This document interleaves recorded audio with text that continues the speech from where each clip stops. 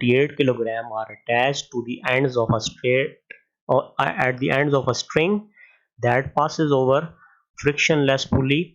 Find the tension in the string and acceleration in the bodies when both masses are moving vertically.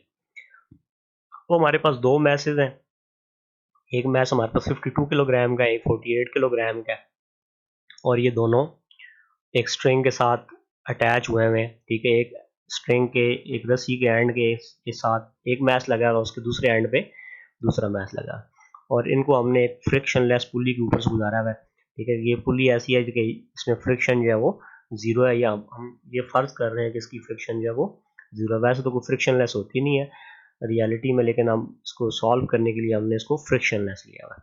Find the tension in the string.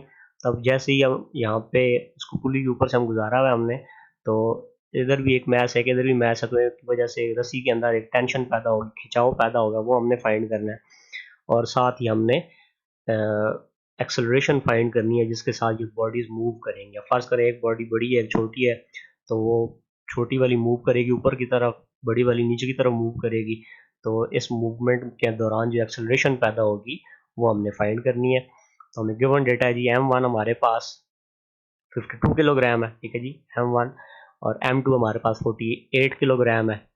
g की value जो है वो 10 metre पर second square है, क्योंकि इसमें एक object ऊपर की तरफ मूव कर रहा है, एक नीचे की तरफ मूव कर रहा है, तो g की वैल्यू हम यूज़ कर सकते हैं इसमें। और t टेंशन है, ठीक है, capital T, small t time होता है, कैपिटल T जो है ये टेंशन इन द स्ट्रिंग है, और a हमने एक्सेलरेशन फाइंड करनी है।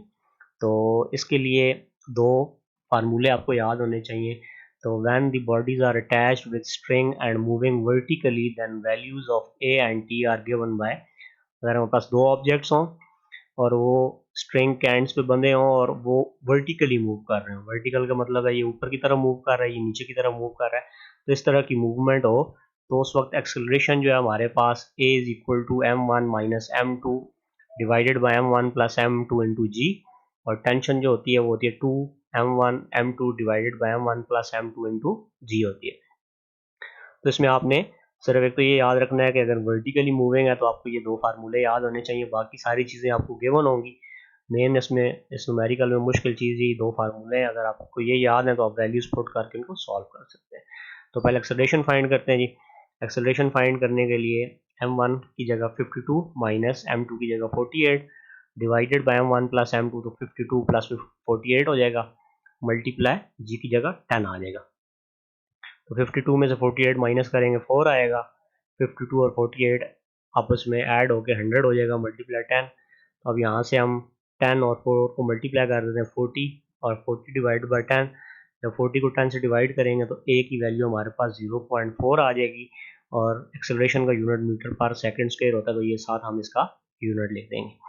अब टेंशन निकालते हैं जी। टेंशन जो स्ट्रिंग के अंदर होगी इसमें वैल्यूज पुट करते हैं, t is equal to 2 into m1 की जगह 52 की वैल्यू थी, m1 हमारा वो पुट कर दिया, मल्टीप्लाई m2 था तो इसकी जगह 48 divided by m1 plus m2, यहाँ पे 52 प्लस 48 हो जाएगा इंटू 10, तो ये आपस में मल्टीप्लाई हो गए तीनों, 4992 आ गया, डिवाइडेड बाय 52 और 48 आपस में ऐड होके 100 हो जाएगा, डिवाइडेड बाय 10।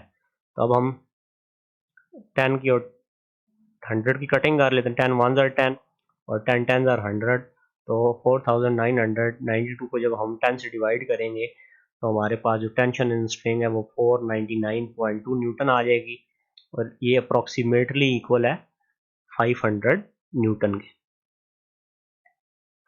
इसके बाद अगला प्रॉब्लम है